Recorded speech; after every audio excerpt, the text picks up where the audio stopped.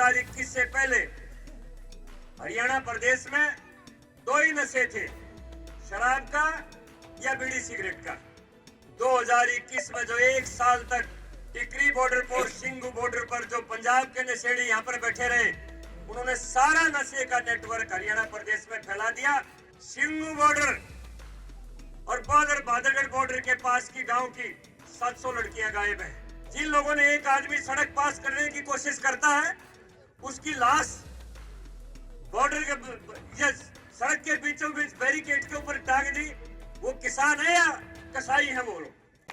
इतनी बड़ी दूरदर्शिता से प्रधानमंत्री जी एक फैसला ले रहे हैं, लेकिन कुछ लोग हरियाणा के अमन चैन को खत्म करना चाहते हैं, हरियाणा के भाईचारे को खत्म करना चाहते हैं। मैं 5 मिनट की एक बात कह के, मेरे सारे बुजुर्ग भाई यहाँ पर बैठे हैं, आप थोड़ा सा एनालिसिस करिए। 2021 से पहले हरियाणा प्रदेश में दो ही नशे थे, शराब का या बीड़ी सिगरेट का। 2021 के बाद ये गांव-गांव में जो बच्चे मर रहे हैं, बेमौत का शिकार हो रहे हैं, कोई नशे के इंजेक्शन लगा रहा है, कोई चिट्टा खा रहा है, कोई भुक्की खा रहा है, कोई अफीम खा रहा है, कोई कोकीन खा रहा है, कोई कुछ खा रहा है, कोई स्मैक पी रहा है। ये कहां से आया ये नशा? 2021 में जो एक साल तक टिकरी बॉर्डर पर, सिंगू बॉर्डर पर जो पंजाब के नशेड़ी यहाँ पर बैठे रहे, उन्होंने सारा नशे का नेटवर्क हरियाणा प्रदेश में फैला दिया।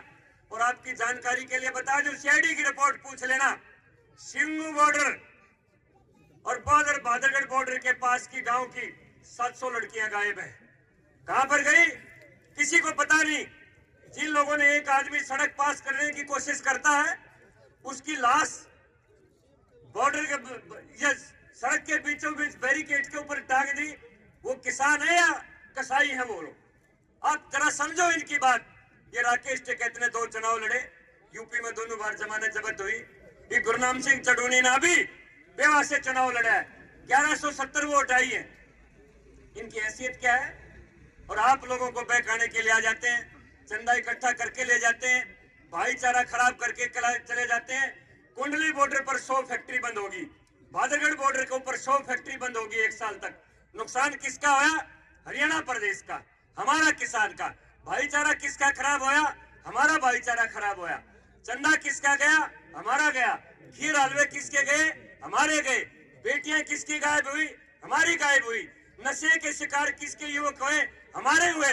इतना बड़ा नुकसान इस आंदोलन का हमारे प्रदेश को सहन करना पड़ा।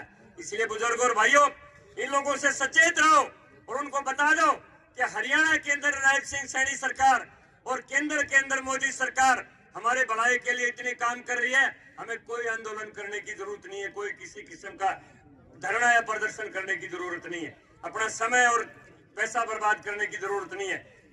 इतने बढ़िया सहकारिता मंत्री हरियाणा सरकार ने आपको दिए। अरविंद शर्मा जी मेरे सगे भाई की तरह है।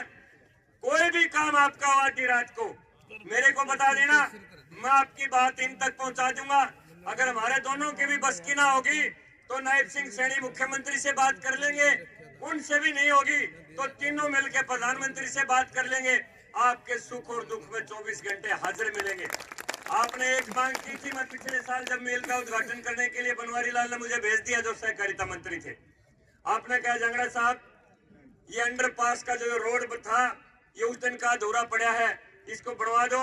मैंने यहीं पर मंच से खड़े खड़े गडकरी जी से बात की, मंच से खड़े खड़े ही चीफ इंजीनियर से बात की, और आज का अब आपका ये रोड बनके तैयार है, आप आराम से इसके अंदर से आ सकते हैं। कोई भी काम आधी रात को आप बताओ। बड़ंबा गांव के भाई 3-4 दिन पहले मेरे पास आए थे, 5-6 दिन पहले भीम सिंह सरपंच आया था, प्रधान जी बलाजी मन्नीवाड़ा में क्रॉस करते वक्त इतने एक्सीडेंट हो जाते हैं। अगले दिन गडकरी जी के पास में गया, उसका नक्शा दिया, एप्लीकेशन दी, और उसी दिन गडकरी जी ने कह दिया कि यहाँ से हम पुल का निर्माण करवा देंगे, कोई चिंता नहीं, कोई एक्सीडेंट नहीं होगा। हरियाणा सरकार भी और केंद्र सरकार भी 24 घंटे आपके दुख और दर्द के लिए हाजिर है। आपके सुख और दुख में हमेशा हम शामिल रहेंगे। कोई भी कमी, किसी किस्म की बात हो, आप हमारे तक पहुंचाओ, आपकी बात हम सुनेंगे, उसका निराकरण करेंगे, समस्या को रहने नहीं देंगे। लेकिन जो ये बहकाने वाले लोग, प्रदेश का भाईचारा खराब करने वाले लोग और हमारे युवकों को नशेड़ी बनाने वाले जो लोग हैं, इनसे सचेत रहते हुए, इन आंदोलनों से दूर रहते हुए प्रदेश और देश के किसान जिन्होंने इतना बड़ा काम किया। 40 करोड़ देश की आबादी थी उस समय, अमेरिका और ऑस्ट्रेलिया से अनाज आता था। हमारे किसान ने मेहनत की, सरकार ने सहयोग किया। आज हमारा देश सबसे बड़ा अनाज का उत्पादक देश है। 80 करोड़ लोगों को प्रधानमंत्री जी मुफ्त में अनाज देते हैं। विदेशों को भी अनाज एक्सपोर्ट किया है। उसके बाद भी हमारे देश में कोई घाटा नहीं है। किसान ने इतना अनाज पैदा कर दिया।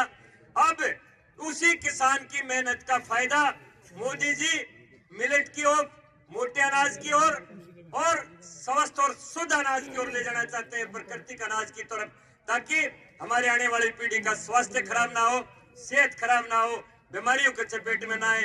हमारा सहयोग करो, सरकार की नीतियों को अपनाओ।